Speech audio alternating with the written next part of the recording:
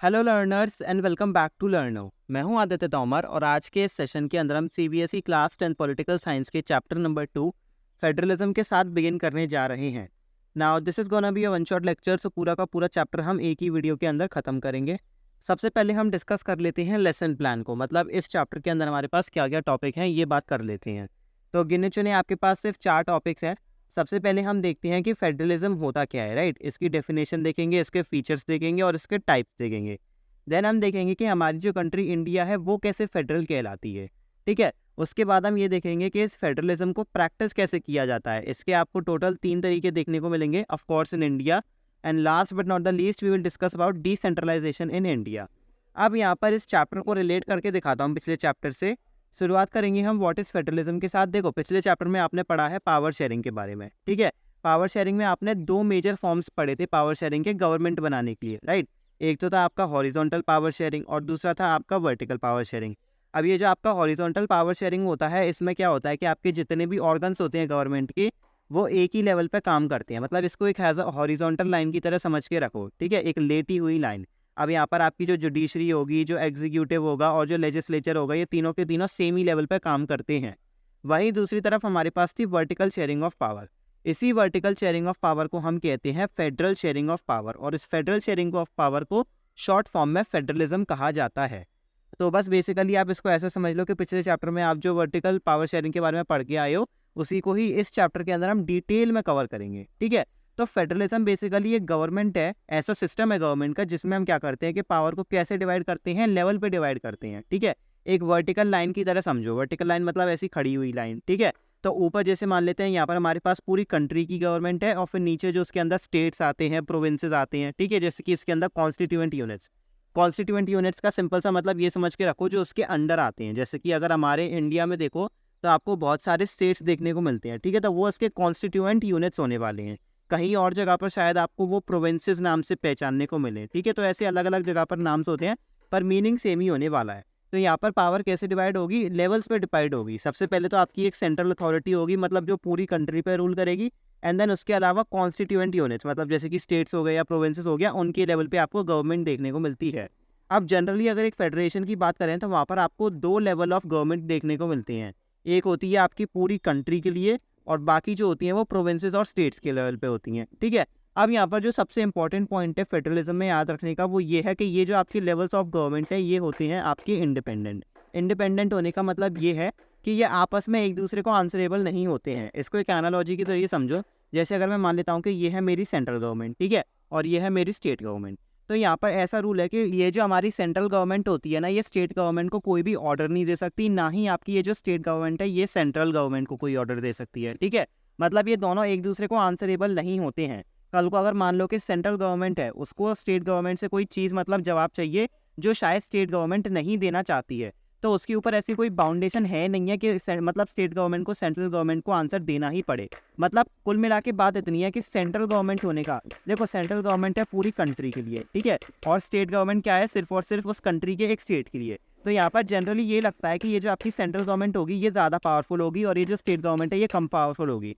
कल को अगर सेंट्रल गवर्नमेंट को कुछ करना होगा तो वो शायद स्टेट गवर्नमेंट को उसके लिए फोर्स कर सकती है। लेकिन एक ट्रू फेडरलिज्म के अंदर ये कभी नहीं होता है, ठीक है। तो आपको ये बात हमेशा याद रखनी है। हालांकि इसमें एक पॉइंट नोट करने वाला है कि ये जो आपकी लेवल्स ऑफ गवर्नमेंट होती है, ये लोगों की तरफ आंसरेबिलिटी रखती हैं। इसका मतलब ये है कि जिन लोगों ने इनको इलेक्ट किया है उनके तरफ इनकी जवाबदारी रहती है। उनको ये इग्नोर नहीं कर सकते। आपस में एक दूसरे को भले ही जवाब ना दें, लेकिन जो इनकी बेसिकली जिन्होंने इनको इलेक्ट किया है उनकी तरफ इनकी जवाबदारी रहती है। एग्जाम्पल्स में जैसे कि बेल्जियम हो गया, रशिया हो गया, इंडिया हो गया, राइट। बेल्जियम का तो हमने खुद ही देखा है, उसमें क्या क्या हमारे पास प्रोविजंस थे। देखो बेल्जियम के अंदर हमारे पास 2 रीजन्स थे, एक तो था आपका फ्लेमिश रीजन और दूसरा था आपका वलोनिया रीजन, ठीक है। यहाँ पर इनकी जो बेसिकली सरकार थी, जो लीडर्स थे, उन्होंने कितना अच्छा वाइज स्टेप लिया था। उन्होंने क्या किया था, ये दोनों रीजन्स के लिए अलग अलग गवर्नमेंट बनाई थी, जो दूसरे मतलब एक दूसरे के लिए बिल्कुल भी सबऑर्डिनेट नहीं थी। सबऑर्डिनेट मतलब कोई भी किसी के अंडर नहीं आती थी, दोनों की जो पावर थी वो एकदम इक्वल थी, ठीक है। यहाँ पर जो बेसिकली पूरी कंट्री लेवल पे इनकी जो गवर्नमेंट हुआ करती थी, ऐसा नहीं था कि वो इनसे सुपीरियर हुआ करती थी। मतलब अगर फ्लेमिश रीजन की गवर्नमेंट ले लो, वलोनिया रीजन की गवर्नमेंट ले लो और पूरे बेल्जियम की गवर्नमेंट ले लो, तो ये तीनों की तीनों आपस में इक्वल थी, बिल्कुल भी इनमें कोई भी डिस्पैरिटी नहीं थी, ठीक है। ये एक बेल्जियम का सबसे अच्छा एग्जाम्पल है। उसके अलावा बेल्जियम में आप खुद जानते हो उन्होंने ब्रुसेल्स के लिए एक अलग से गवर्नमेंट बनाई थी, राइट। उसके अलावा फिर उन्होंने कम्युनिटी गवर्नमेंट का कॉन्सेप्ट निकाला। तो देखो आपकी जो बेसिकली बेल्जियम है वो बहुत ही फेडरल कंट्री है, बहुत ही अच्छा एग्जाम्पल है फेडरलिज्म का। अब आपके मन में सवाल होगा कि फिर क्या ब्रुसेल्स और ये रशिया इंडिया के अलावा भी कहीं ये फेडरलिज्म प्रैक्टिस की जाती है? तो इसका जवाब है हाँ, ये ऑलमोस्ट 25 कंट्रीज़ में प्रैक्टिस की जाती हैं। उनमें से कुछ मैं आपको यहाँ पर दिखा देता हूँ। देखो जैसे कि आपको यहाँ पर रशिया दिख रहा होगा, उसके अलावा यहाँ पर पाकिस्तान हो गया, इंडिया हो गया, नेपाल हो गया और म्यांमार यहाँ पर देख सकते हो, ऑस्ट्रेलिया हो गया, ठीक है। यहाँ पर नाइजीरिया हो गया, सॉरी ये तो इथियोपिया है और ये नाइजीरिया है। देन आपके पास साउथ अफ्रीका है, पोर्तुगल है, स्पेन है, मैक्सिको है, यूएसए है, कनाडा है, यहाँ पर आपके पास बेसिकली साउथ अमेरिका में से ब्राज़ील है, अर्जेंटीना है। ऐसी बहुत सारी आपको कंट्रीज़ देखने को मिलती हैं। तो टोटल आपके पास ऐसी 25 कंट्रीज़ हैं जो फेडरलिज्म को प्रैक्टिस करती हैं। अब यहाँ पर एक पॉइंट याद रखना है, आपकी जो बेसिकली फेडरल कंट्रीज़ होती हैं दे आर श्योरली डेमोक्रेटिक, ठीक है। लेकिन इसका मतलब ये भी नहीं है कि अगर हमारे पास कोई डेमोक्रेसी है तो ज़रूरी नहीं है कि वो फेडरल भी हो, ठीक है। तो यहाँ पर आपको पॉइंट का याद रखना है, आपकी जो फेडरलिज्म है, मतलब अगर कोई कंट्री अपने आप को फेडरल बता रही है then it is surely democratic, ठीक है। लेकिन इसका मतलब ये नहीं है कि आपकी जो डेमोक्रेटिक कंट्रीज़ हैं सारी की सारी फेडरल हैं। अब आप पूछोगे कि ऐसा क्यों है? तो ऐसा इसलिए क्योंकि फेडरल डिवीजन के अलावा भी हमारे पास एक और डिवीजन होता है जिसको हम कहते हैं यूनिटरी फॉर्म ऑफ गवर्नमेंट। अब इसको कैसे समझेंगे? तो देखो पिछले चैप्टर के अंदर हमने बेल्जियम और श्रीलंका के बारे में पढ़ा था। अब आप खुद जानते हो बेल्जियम के अंदर उन्होंने फेडरलिज्म को अपनाया था और आपके इसके बहुत सारे एग्जाम्पल्स मैं आपको अभी बता चुका हूँ। जो श्रीलंका ने मॉडल अपनाया था उसको कहते हैं यूनिटरी फॉर्म ऑफ गवर्नमेंट। दोनों में एक एक करके कंपैरिजन करते हैं।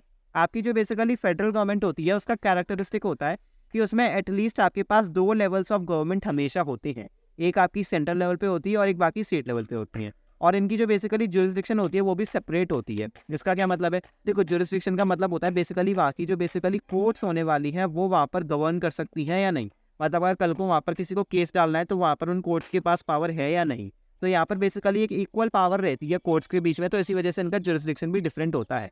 कुल मिला के all in on federal form of government में आपकी जो बेसिकली लेवल्स होती हैं एटलीस्ट आपके पास 2 होते हैं। ये पॉइंट आपको हमेशा याद रखना है, उसके पास एटलीस्ट आपके पास 2 लेवल्स होंगे, ठीक है। लेकिन यूनिटरी फॉर्म ऑफ गवर्नमेंट में क्या होता है, या तो सिर्फ और सिर्फ एक ही लेवल ऑफ गवर्नमेंट होता है जिसको कि सेंट्रल गवर्नमेंट कहते हैं, या फिर अगर कोई सब ऑर्डर में है, मतलब आपके पास कोई सब यूनिट या फिर कोई स्टेट गवर्नमेंट है भी है, तो वो बेसिकली सब ऑर्डिनेट होती है आपकी सेंट्रल गवर्नमेंट के, मतलब उसके अंतर्गत आती है। इसका मतलब ये है कि कल को मान लो ये हमारे पास सेंट्रल गवर्नमेंट है, ठीक है, और इसके अलावा हमारे पास है स्टेट गवर्नमेंट। तो बेसिकली ऐसा है यहाँ पर कि ये जो आपकी सेंट्रल गवर्नमेंट है ना, ये स्टेट गवर्नमेंट को मतलब ऑर्डर दे सकती है, कोई काम कराना हो तो वो भी करा सकती है। तो बेसिकली इसके अंडर ही आती है। यहाँ पर इस स्टेट गवर्नमेंट की कोई भी आपके पास ऑटोनॉमी नहीं रह जाती, कोई फ्रीडम नहीं रह जाती, ठीक है। तो ये डिफरेंस होता है, यही आपको श्रीलंका में भी देखने को मिला था, ठीक है।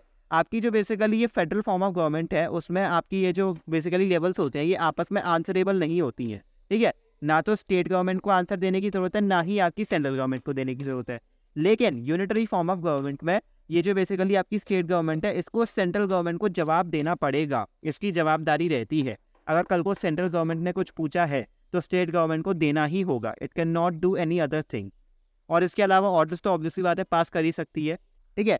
अब हम बात करते हैं की फीचर्स ऑफ फेडरलिज्म के बारे में। ये आपका बेसिकली कुछ 5 नंबर का क्वेश्चन बनता है, तो ऑब्वियसली दिस इज इंपॉर्टेंट। तो इसमें से अगर आप कोई 5 पॉइंट्स भी अच्छे से समझ लेते हो ना तो आपका बेसिकली 5 नंबर तो फिक्स हो जाता है। सबसे इंपॉर्टेंट एंड जो सबसे फॉरमोस्ट आपका पॉइंट रहता है वो है कि इसके 2 या फिर 2 से ज़्यादा टीयर्स ऑफ गवर्नमेंट रहते हैं। देखो फेडरलिज्म का मतलब ही यही है, ठीक है। फेडरलिज्म का बेसिकली जो नींव है वो इसी पे ही बेस्ड है कि इसमें आपके पास लेवल्स ऑफ गवर्नमेंट होते हैं। मैं बता चुका हूँ एटलीस्ट 2। इसका मतलब ये नहीं है कि सिर्फ और सिर्फ 2, इसका मतलब ये है कि कम से कम आपके पास 2 लेवल्स हों। उसके अलावा फिर आप चाहे इसमें 3 करो या 4 करो, जितनी आपकी मर्जी है, जितनी आपकी ज़रूरत है उस हिसाब से आप इसमें लेवल्स रख सकते हो। तो सबसे पहली बात तो यही हो जाएगी। सेकेंडली इसके जो बेसिकली गवर्नमेंट के टीयर्स होते हैं उनकी जो ज्यूरिसडिक्शन होती है वो डिफाइंड होती है। ज्यूरिसडिक्शन मतलब वहाँ की जो कोर्ट्स है वो कहाँ पर अपने ऑर्डर्स दे सकते हैं, ठीक है। मतलब एक बेसिकली सीमा सेट की जाती है। तो यहाँ पर उनके पास लेजिस्लेशन, एडमिनिस्ट्रेशन और टैक्सेशन में उनके पास ये पॉलिसीज़ रहती हैं, ठीक है। इंडिया का एग्जांपल लेता हूँ, इंडिया में लेट्स से मान लेता हूँ मैं स्टेट ले लेता हूँ मध्य प्रदेश, ठीक है।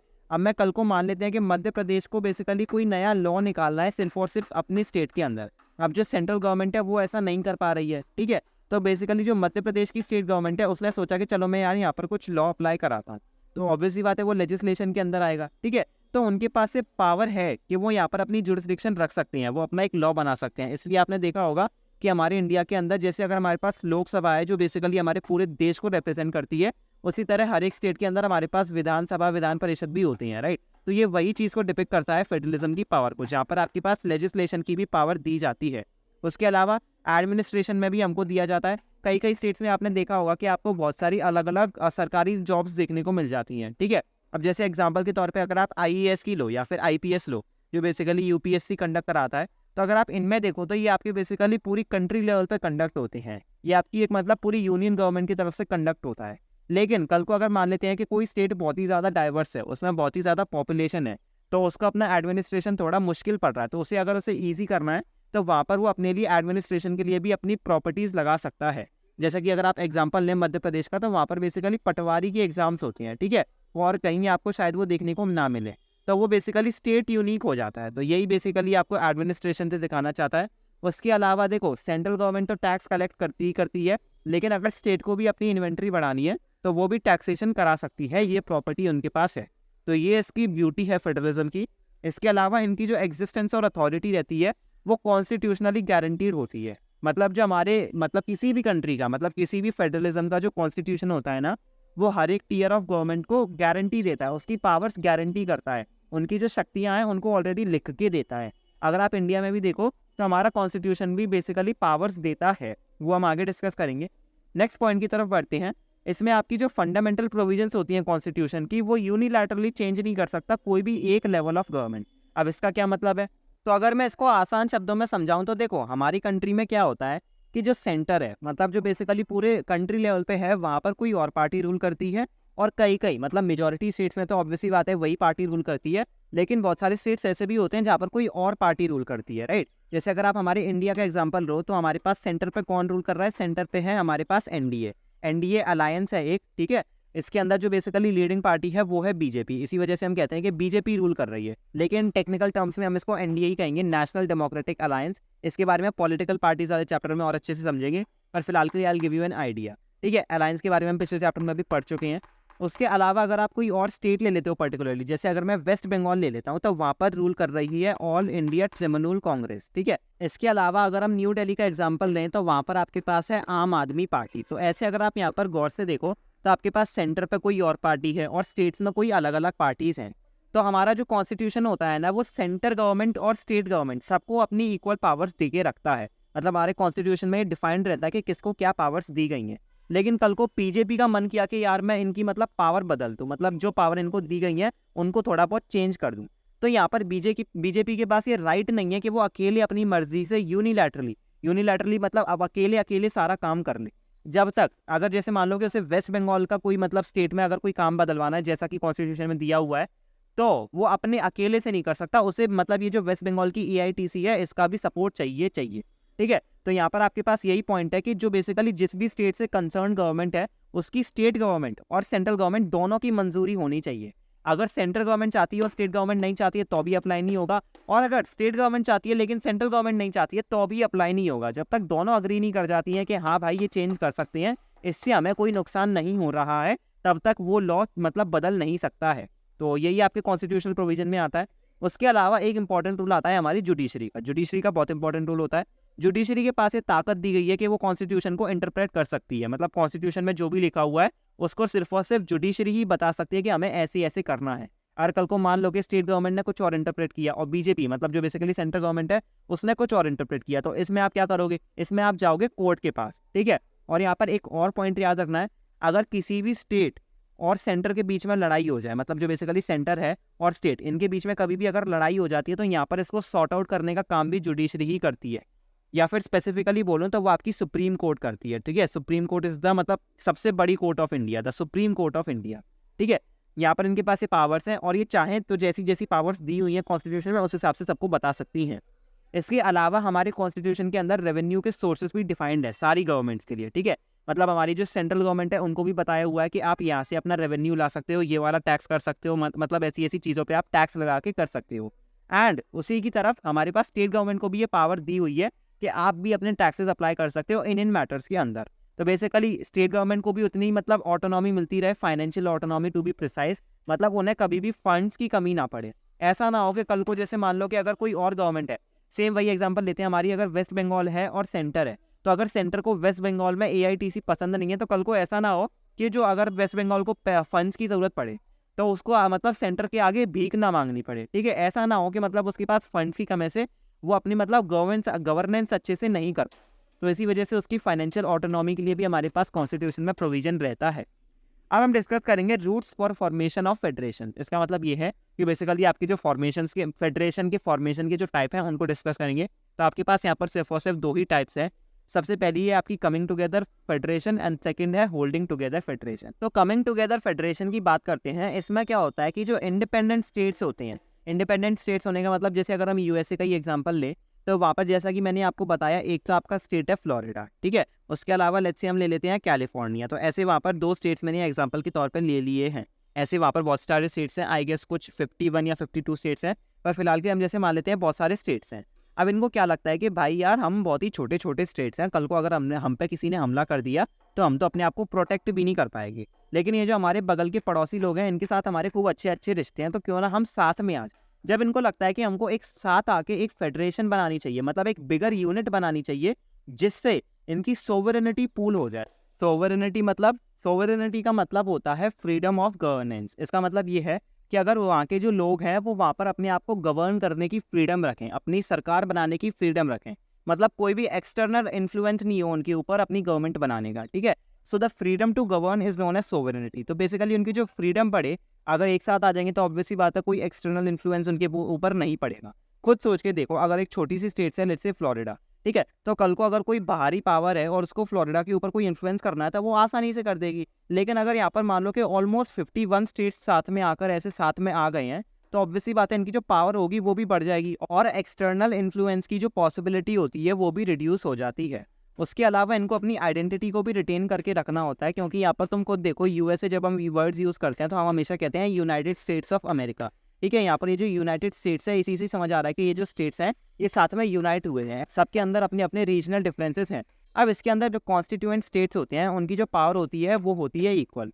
सो इन अ मैटर ऑफ फैक्ट आप कह सकते हो कि जो कमिंग टुगेदर फेडरेशन होती है वो ज़्यादा फेडरल कह सकती है, मतलब लेट्स से 90% फेडरल कह सकते हैं इनको, ठीक है। मतलब एक ट्रू फेडरल कंट्री इनको कहा जा सकता है, क्योंकि यहाँ पर ये प्रोविज़न है कि जो स्टेट्स होते हैं उनकी जो फ्रीडम है वो एकदम इक्वल रहती है as compare to the federal government. Federal government का मतलब जो बेसिकली सेंटर पर रूल करने वाली है सेंट्रल गवर्नमेंट, उसके अकॉर्डिंग, ठीक है। तो यहाँ पर ऐसा नहीं है कि आपकी सेंट्रल गवर्नमेंट पावरफुल है और जो स्टेट गवर्नमेंट है वो कमज़ोर है, सारी की सारी इक्वल होती हैं। एग्जाम्पल के तौर पे आपको यहाँ पर देख सकते हो यूएसए, स्विट्जरलैंड और Australia. Then the next type of federation that we have is holding together federation. ये एकदम इसका ऑपोजिट होता है। अब ये जो आपकी बेसिकली कमिंग टुगेदर फेडरेशन थी, इसमें क्या हो रहा था कि जो इंडिपेंडेंट स्टेट्स थे वो साथ में आकर एक बिगर यूनिट बना रहे थे। तो लेट्स से अगर ये छोटे छोटे स्टेट्स हैं तो ये साथ में आके एक बड़ी सी यूनिट बना रहे थे। लेकिन यहाँ पर हमारे पास होल्डिंग टुगेदर फेडरेशन में इसका एकदम उल्टा होता है। यहाँ पर एक बड़ी यूनिट जो होती है वो अपने आप को छोटे छोटे स्टेट्स में डिवाइड कर लेती है। अब देखो, इसमें हमारे पास कमिंग टुगेदर में जो रीज़न था वो था सोवरेनिटी का और नेशनल सिक्योरिटी का। लेकिन यहाँ पर होल्डिंग टुगेदर का सिर्फ और सिर्फ एक ही रीज़न होता है, वो होता है एडमिनिस्ट्रेशन।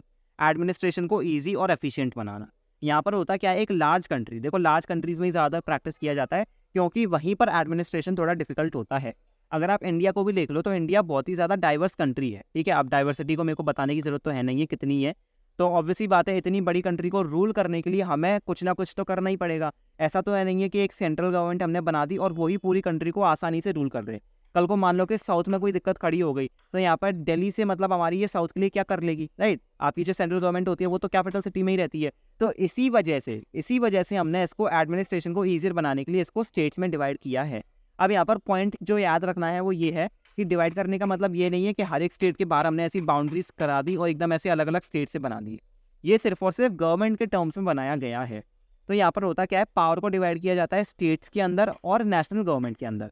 नेशनल गवर्नमेंट मतलब बेसिकली जो सेंट्रल गवर्नमेंट है वो, और स्टेट्स वाली गवर्नमेंट को कहेंगे स्टेट गवर्नमेंट। तो जब इनके बीच में पावर का डिवीजन होता है तब हम उसको होल्डिंग टुगेदर फेडरेशन कहते हैं। अब होल्डिंग टुगेदर फेडरेशंस के अंदर हमें एक और पॉइंट देखने को मिलता है, वो है मतलब imbalance of power, disbalance of power to be precise. देखो, ये जो आपकी कमिंग टुगेदर फेडरेशन थी इसमें जो बेसिकली स्टेट्स होते थे और सेंट्रल गवर्नमेंट होती है, बेसिकली जो फेडरल गवर्नमेंट है, ये सारी की सारी इक्वल पावर्स एंजॉय करती थी। ऐसा नहीं था कि किसी को ज़्यादा पावर दे दी है और किसी को कम पावर दे दी है। लेकिन आपकी ये जो होल्डिंग टुगेदर फेडरेशंस होती हैं यहाँ पर ये पॉइंट हमारा डिमोलिश हो जाता है। यहाँ पर जनरली जो सेंट्रल गवर्नमेंट होती है ना वो ज़्यादातर पावरफुल रहती है as compare to the constituent states, ठीक है। ऐसा इसलिए होता है, देखो पहले हमारा जो नेशन था वो एग्जिस्ट करता था, राइट। तो उसमें आपके पास ऑलरेडी बात है एक सेंट्रल गवर्नमेंट तो होगी ही होगी, मतलब एक ना एक गवर्नमेंट तो होगी ना। अब इसने अपने नेशन को ऐसे डिवाइड कर दिया है तो ऑब्वियसली बात है यही आपकी बेसिकली एक फादर गवर्नमेंट की तरह रहती है, तो इसके पास ज़्यादा पावर ऑटोमेटिकली आ जाती है। वहीं अगर आप इनके ऊपर देखो कमिंग टुगेदर फेडरेशन के अंदर, तो हर एक स्टेट ऑब्वियसली बात है इंडिपेंडेंट है और हर एक स्टेट सोवरेन है, सबकी अलग अलग है, ठीक है। तो अगर इनमें से कल को मान लेते हैं कि मैंने किसी एक स्टेट के लीडर को लेट्स से मैंने ज़्यादा पावर दे दी, तो ऑब्वियसली बात है बाकी के सारे जो स्टेट्स हैं वो गुस्सा हो जाएंगे और अलग हो जाएंगे, उनके पास तो ये फ्रीडम है तो वो ये अलग हो जाएंगे। तो इसलिए यहाँ पर ये जो बेसिकली सारे के सारे स्टेट्स हैं ये सारे के सारे इक्वल रखने पड़ते हैं। लेकिन एक होल्डिंग टुगेदर फेडरेशन के अंदर ये पॉइंट होता है कि कल को अगर मान लो कि किसी स्टेट ने बोला कि भाई मेरे को ज़्यादा पावर दो, ठीक है, तो ऐसा तो नहीं हो पाएगा, नहीं तो वो क्या करेगी, सेंट्रल गवर्नमेंट बोलेगी मेरे को नहीं रखनी भाई, मैं तो अपनी जो एडमिनिस्ट्रेशन है उसको कर लूँगा, एफिशिएंट हो या ना हो तुम लोग जाओ। तो इसी वजह से यहाँ पर बेसिकली जो हमें पावर होती है ना, वो पावर थोड़ी सी डिसबैलेंस्ड रहती है। एग्जाम्पल में आप देख सकते हो इंडिया, स्पेन और बेल्जियम। अब तुम बोलोगे कि भाई ये जो बेल्जियम है ये तो इतनी बड़ी कंट्री है नहीं है, तो इसने क्यों किया? तो मेरे भाई उर्फ बहन, यहाँ पर ये जो लार्ज कंट्री है इसका मतलब ये नहीं है कि जोग्राफिकली कितनी लार्ज है, मतलब एरिया कितना लार्ज है, एरिया वाइज इसका मतलब बिल्कुल भी नहीं है। लार्ज कंट्री से इसका मतलब ये है कि वो कंट्री डाइवर्स कितनी है, उसकी पॉपुलेशन में डाइवर्सिटी कितनी है, इससे ये मतलब है। तो बेल्जियम के अंदर तो मेरे को तो मैं डाइवर्सिटी एक्सप्लेन करने की ज़रूरत भी नहीं है, खुद ही जानते हो कि कितनी वहाँ पर टेंशन्स अराइज हो गई थी। इसी वजह से उन्होंने अपनी कंट्री को डिवाइड किया था, एक फ्लेमिश रीजन के अंदर और एक वलोनिया रीजन के अंदर, एंड देन ब्रुसेल्स के अंदर। तो बेसिकली वहाँ पर उन्होंने उनको अलग अलग गवर्नमेंट दे दी, बोला कि जैसे चाहे वैसे रूल करो, खुश रहो, ठीक है, पीस बना के रखो। तो ये मतलब इसका है। एग्जाम्पल्स में आपके पास मैं आपको बता चुका हूँ।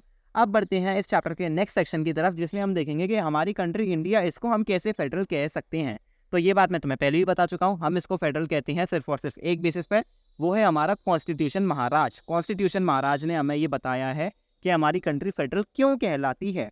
अब देखो, इंडिपेंडेंस के बाद हमारा जो कॉन्स्टिट्यूशन था उसने इंडिया को as a union of states declare किया है। अब यहाँ पर ये पॉइंट इंपॉर्टेंट बहुत ज़्यादा है। यूनियन ऑफ स्टेट्स होने का मतलब ये है कि जो आपके स्टेट्स हैं उनके पास उनकी सोवरेनिटी और फ्रीडम रहनी चाहिए। तो इसी वजह से यहाँ पर भले ही हमारे कॉन्स्टिट्यूशन ने कोई फेडरेशन वर्ड यूज़ नहीं किया है, पूरी कॉन्स्टिट्यूशन पढ़ लो आपको फेडरेशन वर्ड यूज़ हुआ नहीं मिलेगा, लेकिन जो उसके प्रिंसिपल्स हैं, मतलब जो उसके सिद्धांत हैं, वो उसे किसी फेडरलिज्म से कम भी नहीं बनाती है, ठीक है। हमारे कॉन्स्टिट्यूशन ने एक 2 टियर सिस्टम ऑफ गवर्नमेंट हमको प्रोवाइड किया था। अब यहाँ पर खुद ही देख लो, जब हमारे पास ये 2 टियर सिस्टम आ गया है, खुद ब खुद ये एक फेडरल डिवीजन को डिपिक्ट कर रहा है, ठीक है। इसको हमने किस बेसिस पे डिवाइड किया था? ऑब्वियसली बात है लेवल्स में डिवाइड किया है, इसी वजह से हम इसको फेडरल कह रहे हैं। सबसे पहली थी हमारी यूनियन गवर्नमेंट एंड देन थी हमारे पास स्टेट गवर्नमेंट्स, ठीक है। इसके अलावा देन ऑब्वियसली बात है एक अमेंडमेंट के जरिए हमने एक और टियर ऑफ गवर्नमेंट को ऐड किया था in the form of panchayat and municipalities. इसी को ही हम डिसेंट्रलाइजेशन कहते हैं, जिसको अभी हम आगे डिस्कस करेंगे। और इनकी जो बेसिकली जुरिस्डिक्शन है वो ऑब्वियसली बात है सेपरेट है, तो ये बात तो मैं आपको ऑलरेडी बता चुका हूँ। शुरुआत करते हैं कि क्या क्या प्रोविजंस हैं। तो बेसिकली 4 लिस्ट दी हुई हैं हमारी कॉन्स्टिट्यूशन के अंदर, जिसके ज़रिए हम कह सकते हैं कि हमारी कंट्री फेडरल है या नहीं। अब देखो, ओरिजिनली तो हमारे कॉन्स्टिट्यूशन ने हमको सिर्फ और सिर्फ 3 ही लिस्ट दी हैं, एक तो है यूनियन लिस्ट, एक है स्टेट लिस्ट एंड एक है कॉन्करेंट लिस्ट। तो ये 3 जो हैं ये कॉन्स्टिट्यूशन ने ओरिजिनली खुद से प्रोवाइड करी हैं। लेकिन ये जो हमारे पास लास्ट लिस्ट है, जिसको कि हम रेसिडुअरी लिस्ट के नाम से जानते हैं, ये हमारी गवर्नमेंट ने रिसेंटली खुद ही बनाई है, जब इसको लगा कि भाई इन तीनों लिस्ट से हमारा काम चल नहीं पा रहा है। अब इसके अंदर क्या क्या सब्जेक्ट्स आते हैं इनको हम डिस्कस करेंगे, पर एक एक करके शुरू करते हैं यूनियन लिस्ट के साथ।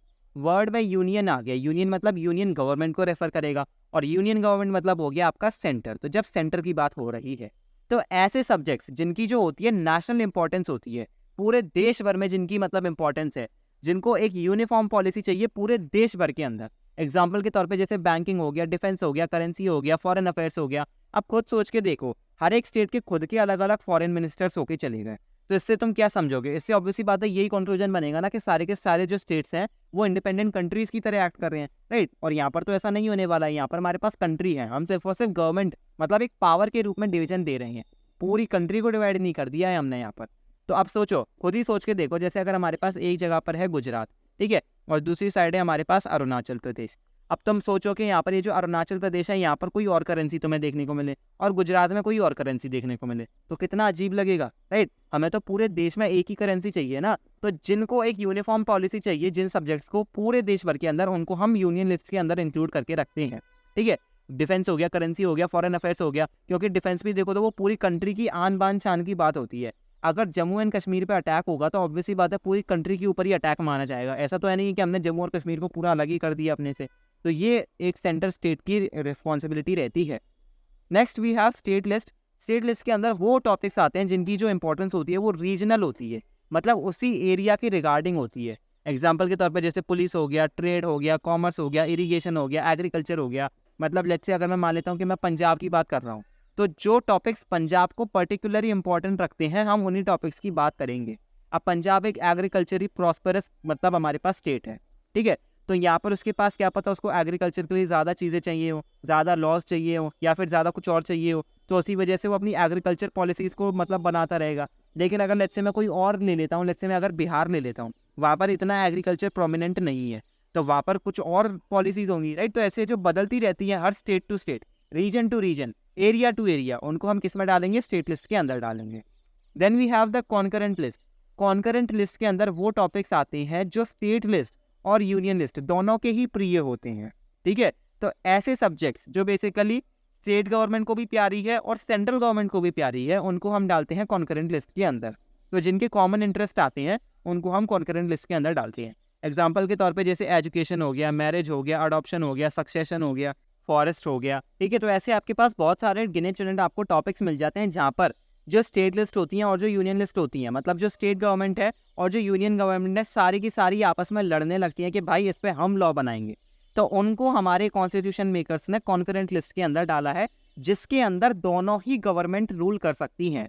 अब यहाँ पर जो क्वेश्चन ऑब्वियसली बात है उठेगा और उठना भी चाहिए कि अगर ये स्टेट हमारी जो बेसिकली स्टेट गवर्नमेंट है और सेंट्रल गवर्नमेंट के बीच में लड़ाई हो गई एक ही डिसीजन के पीछे, तो मतलब अगर कल को मान लो कि हमारे स्टेट ने कोई रूल दे दिया एजुकेशन के अंदर कि हम तो सिर्फ और सिर्फ यही पॉलिसी अपनाएंगे, लेकिन सेंटर भी अड़ गया कि भाई हमारी पॉलिसी चलेगी, तो यहाँ पर हम किसकी बात सुनेंगे। So here the clear answer is centre, ठीक है। तो यहाँ पर आपको एक इंस्टेंस खुद ब खुद आप खुद भी नोट कर सकते हो कि यहाँ पर सेंटर की जीत हो रही है, मतलब यहाँ पर सेंटर की पावर है, तो सेंटर ने जो लॉ बनाया है वो प्रिवेल करेगा और स्टेट को यहाँ पर घुटने टेकने पड़ेंगे। तो ये एक पॉइंट है जिससे आप कह सकते हो कि हाँ इंडिया ट्रूली फेडरल नहीं है। Then last we have the residuary list. Residuary list के अंदर वो सब्जेक्ट्स आते हैं जो कॉन्स्टिट्यूशन बनने के बाद आए थे। कॉन्स्टिट्यूशन जब बना था तब था भाई इंडिपेंडेंस का समय, तब शायद इतनी एडवांसमेंट नहीं थी और ना ही वो लोग जो कॉन्स्टिट्यूशन मेकर्स थे उन्होंने सोचा था कि भाई ऐसा भी कभी हो पाएगा। ऑब्वियसली बात है, साइंस तो हर समय टेक्नोलॉजी को एडवांस करती रहती है, तो इमेजिन कर पाना इतना आसान नहीं होता है। तो वो सब्जेक्ट्स जो कॉन्स्टिट्यूशन बनने के बाद आए थे उनको हम डालते हैं रेजिडुअरी लिस्ट के अंदर। ये यूनियन गवर्नमेंट ने बनाया है और इसके अंदर यूनियन गवर्नमेंट के बाद ही पावर है कि वो इस पर लेजिस्लेट कर सके। इसका मतलब ये है कि इस पर जो बेसिकली पावर चलेगी वो रहेगी यूनियन गवर्नमेंट के अंदर। तो तुम देख रहे हो यूनियन गवर्नमेंट की कितनी दादागिरी चल रही है। मतलब ये जो यूनियन लिस्ट के आपके पास टॉपिक्स हैं उधर भी आपकी सेंट्रल गवर्नमेंट रूल कर रही है। कॉन्करेंट लिस्ट के अंदर के टॉपिक्स के ऊपर भी अगर सेंटर और स्टेट के बीच में लड़ाई हो गई तो सेंट्रल गवर्नमेंट का डिसीजन अप्लाई होता है। और रेजिडुअरी लिस्ट के अंदर तो ऑब्वियसली बात है सेंट्रल गवर्नमेंट के पास आपकी डिसीजन बनाने की ताकत है। तो देख रहे हो 3 लिस्ट के ऊपर तो हमारी सिर्फ और सिर्फ ये हमारी सेंट्रल गवर्नमेंट ने ही रूल करके रखा है। सिर्फ एक ही जगह है जहाँ पर स्टेट अपने आप को पावर दे पा रहा है, वो है स्टेट लिस्ट के टॉपिक। तो यही आपका एक रीज़न है जिसकी वजह से हम कहते हैं कि इंडिया ट्रूली फेडरल नहीं है। इसके अलावा भी आपको बहुत सारे इंस्टांसेस मिल जाएंगे जहाँ पर जो स्टेट्स हैं इंडियन यूनियन के अंदर उनके पास खुद पे इक्वल पावर्स नहीं है। मतलब समझ रहे हो, अभी तक सेंटर वर्सेस स्टेट की लड़ाई में आपका सेंटर जीतता आ रहा था और स्टेट हारता आ रहा था। अब यहाँ पर स्टेट वर्सेस स्टेट में भी आपके पास इक्वल पावर्स देखने को नहीं मिल रही हैं, ठीक है। ऐसे बहुत सारे स्टेट्स आपको इंडियन यूनियन के अंदर मिल जाएंगी जिनकी जो पावर्स हैं वो इक्वल नहीं है। कुछ के पास स्पेशल पावर्स हैं और कुछ के पास बहुत ही ज़्यादा लिटल है। एग्जाम्पल के तौर पे अगर हम जम्मू कश्मीर को लें तो उनके पास उनका खुद का सेपरेट कॉन्स्टिट्यूशन है। मतलब जो इंडियन कॉन्स्टिट्यूशन के जो प्रोविजंस है वो उनके ऊपर अप्लाई तब तक नहीं होंगे जब तक वहाँ की जो स्टेट असेंबली मतलब जो विधानसभा है वो उसको अप्रूव नहीं कर देती है। तो ये आपकी एक उनकी जम्मू कश्मीर के पास एक स्पेशल पावर है। उसके अलावा उनके पास वहाँ पर एक लैंड पॉलिसी भी थी जिसकी वजह से वहाँ के जो बेसिकली बाहर के लोग थे वहाँ पर लैंड नहीं खरीद पाते थे, हालांकि अब वो हट गया है। उसके अलावा वहाँ पर आर्टिकल 370 भी हुआ करता था, तो इसी वजह से वहाँ पर खूब सारे ऐसे प्रोविजंस थे जिनकी वजह से वो एक स्पेशल पावर एंजॉय करते थे। उसके अनलाइक हमारे पास बहुत सारी ऐसी जगह भी हैं जहाँ पर बहुत ही लिटिल पावर आपको देखने को मिलती है। इसका सबसे बेस्ट एग्जाम्पल है आपकी यूनियन टेरिटरीज, आपकी जो यूटीज़ हैं। एग्जाम्पल के तौर पर जैसे लक्षद्वीप हो गया, चंडीगढ़ हो गया, दमन एंड दीव हो गया, और जितने भी पुडुचेरी वगैरह जितने भी यूनियन स्टेट्स हैं उनके पास आपको पावर का बहुत ही कम बेसिकली शेयरिंग देखने को मिलेगा। वहाँ पर जनरली देखो ये जो आपकी यूनियन टेरिटरीज होती है ना, वहाँ पर आपकी यूनियन गवर्नमेंट रूल करती है, तो यहाँ पर भी यूनियन गवर्नमेंट जीत गई है। तो इसी वजह से इनके पास पावर भी थोड़ी कम सी ही रहती है। तो इसी वजह से आप देख पा रहे हो कि स्टेट्स के खुद के बीच में आपको पावर का एकदम डिसबैलेंस देखने को मिल सकता है। अब अगर आपको इसमें चेंज करना है, इस पावर शेयरिंग अरेंजमेंट में चेंज करना है, बोलो कि भाई ये पसंद नहीं आ रहा है, ऐसे तो हर जगह सेंटर ही सेंटर जीता जा रहा है, तो इसके लिए भी आपके पास एक पॉलिसी है। अगर आप ये 2 चीज़ें कर लेते हो तो आप इस प्रोविज़न को भी चेंज कर सकते हो। सबसे पहली बात कि ये जो आपका चेंज है, मतलब जिसको आप बिल के रूप में इंट्रोड्यूस करोगे, उसे 2/3 की मेजॉरिटी से जीतना पड़ेगा लोकसभा के अंदर और राज्यसभा के अंदर। मतलब जो पार्लियामेंट के दोनों हाउसेज़ हैं, लोकसभा हो गया और राज्यसभा हो गया, जब दोनों हाउसेज़ में जो मेजॉरिटी होगी 2/3 की, मतलब कुछ 66% की जब आपको मेजॉरिटी मिल जाएगी, तब जाके आप इसको पहला स्टेज क्लियर करोगे। उसके अलावा इसको आधे स्टेट्स के लेजिस्लेचर को भी अप्रूव करना पड़ेगा। मतलब जैसे अगर मान लेते हैं अभी हमारे पास करंटली 28 स्टेट्स हैं, तो एटलीस्ट हमारे पास 14 से 15 स्टेट्स होने चाहिए जिनके जो लेजिस्लेटिव असेंबलीज हैं, मतलब जो विधानसभा हैं, वो इसके ऊपर अग्री कर रहे हैं। जब ये दोनों कंडीशंस फुलफिल होती हैं, तब जाके आप इस पावर शेयरिंग अरेंजमेंट में कोई भी डिफरेंस ला पाओगे। तो ये दोनों चीज़ें करनी पड़ती है। इसके अलावा जुडिशरी का रोल मैं आपको बता चुका हूँ, वो कॉन्स्टिट्यूशनल प्रोविजंस को हमेशा अप्लाई कराने में मदद करता है। जितने भी अगर मान लो कि स्टेट और सेंटर के बीच में लड़ाई हो गई और उधर अगर आपको डिसीजन लेना हो, तो ऑब्वियसली बात है वो सुप्रीम कोर्ट के पास जाता है एंड देन सुप्रीम कोर्ट उस पर ऑर्डर चलाती है। यहाँ पर एक हमारे पास बहुत इंपॉर्टेंट पॉइंट होता है कि आपकी जो जुडिशरी होती है ना, वो टोटली इंडिपेंडेंट होती है। मतलब सरकार का इसके ऊपर कोई भी इन्फ्लुएंस नहीं होता है। It is a totally independent body. तो ऐसा नहीं है कि कल को मतलब जो जुडिशरी है वो सेंटर को फेवर करे और स्टेट को ना करे। वो यहाँ पर पूरी तरीके से निष्पक्षता के साथ अपना काम करती है। एंड रेवेन्यू के बारे में तो मैं आपको पहले ही बता चुका हूँ, हमारा कॉन्स्टिट्यूशन प्रोवाइड करता है कि आप अपने लिए रिसोर्सेज को यूज़ करके रेवेन्यू भी जनरेट कर सकते हो। अब बढ़ते हैं इस चैप्टर के 3rd सेक्शन की तरफ, जिसमें हम डिस्कस करेंगे कि फेडरलिज्म को प्रैक्टिस कैसे किया जाता है इंडिया के अंदर। अब देखो, ये जो फेडरलिज्म है ना, ये हमारे इंडिया के अंदर बहुत ही अच्छे तरीके से सक्सेसफुल रहा है। अब तुम पूछोगे कैसे रहा है, तो इसके हम सिर्फ 2 ही रीजंस दे सकते हैं। देखो, सबसे पहला तो ऑब्वियसली हमारा कॉन्स्टिट्यूशन, ठीक है। कॉन्स्टिट्यूशन ने हमारे लिए पहले से ही सब कुछ लिख के रखा है। उसके अलावा जो नेचर ऑफ डेमोक्रेटिक पॉलिटिक्स है, मतलब जिस तरीके से पॉलिटिक्स को प्रैक्टिस किया जाता है इंडिया में, वो भी इसका एक रीज़न है। इसकी वजह से हुआ क्या, ये जो फेडरलिज्म का जो बेसिकली सपोर्ट है वो बहुत ही ज़्यादा देखने को मिला पूरे देश भर के अंदर। मतलब इसका ये है कि पूरे देशवासी, मतलब जितने भी लोग हैं, सबने इसको सपोर्ट किया। सबके मन में इसके प्रति रिस्पेक्ट थी। Respect for what? Respect for diversity. Diversity मतलब कि वो एक साथ रहने को तैयार हो गए, राइट। उन्हें बिल्कुल भी मतलब ऐसा नहीं था कि नहीं हम जैसे लोग हैं तो हम ही रहेंगे। इन्होंने बोला कि कोई बात नहीं, हमें डाइवर्सिटी भी मंजूर है। और ये मंजूर क्यों हुई? क्योंकि इस डाइवर्सिटी को पावर मिली। पावर कैसे मिली? फेडरलिज्म के जरिए। पावर मतलब जब उनको मिलती है, देखो ऑब्वियसली बात है, किसी भी सेक्शन को अगर तुम एम्पावर कर दोगे तो ऑब्वियसली बात है वो तुम्हारे साथ ही आ जाएगा। और इसी वजह से ये फेडरलिज्म की सक्सेस रही है। 3 मेजर टॉपिक्स हैं इसके अंदर। सबसे पहला है formation of linguistic state, second है लैंग्वेज पॉलिसी और तीसरा है सेंटर स्टेट रिलेशन। ये वो 3 पॉलिसीज़ हैं जिसकी मदद से फेडरलिज्म हमारे इंडिया में सक्सेसफुल रह पाया है। सबसे पहले बात करते हैं हम लिंग्विस्टिक स्टेट्स के बारे में। अब लिंग्विस्टिक वर्ड से तुमको क्या समझ आता है? लिंग्विस्टिक मतलब है लैंग्वेज, ठीक है। मतलब जो वो स्टेट्स जिनको हम लैंग्वेज के बेसिस पे बनाते हैं।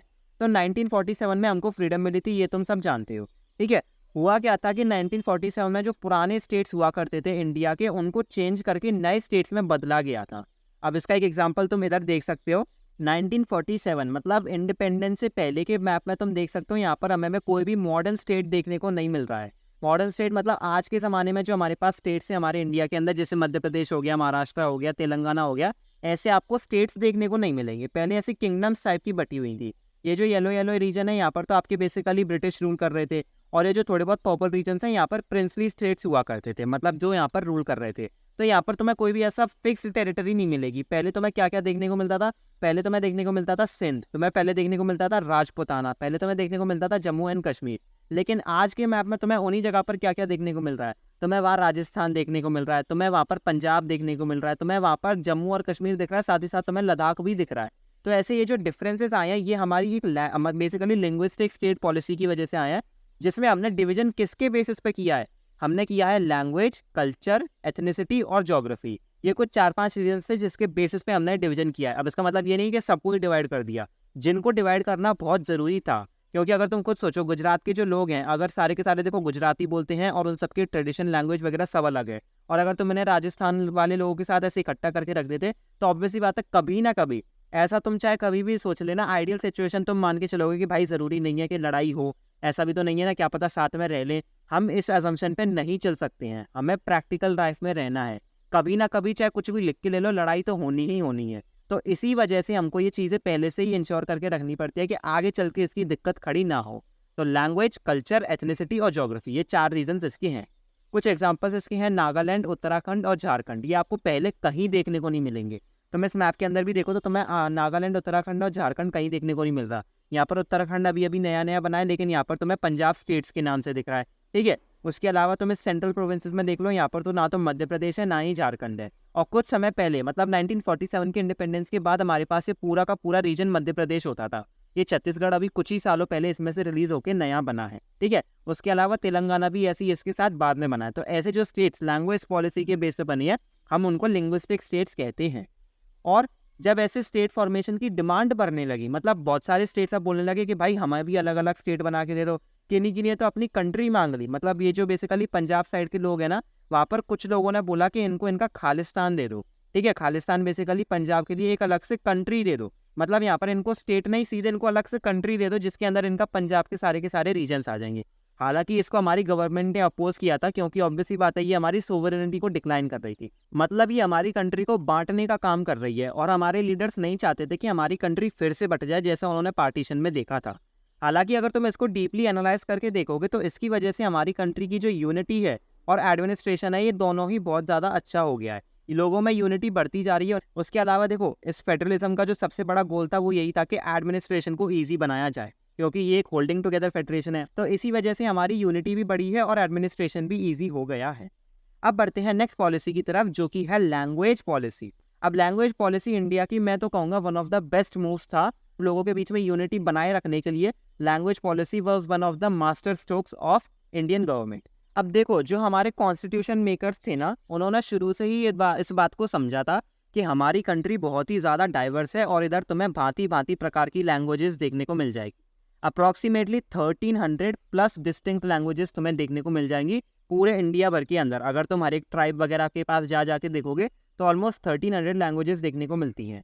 कॉन्स्टिट्यूशन मेकर्स जानते थे कि अगर किसी को नेशनल लैंग्वेज बना दिया तो फिर लोगों में ऑब्वियसली बात है अनबन तो बनेगी।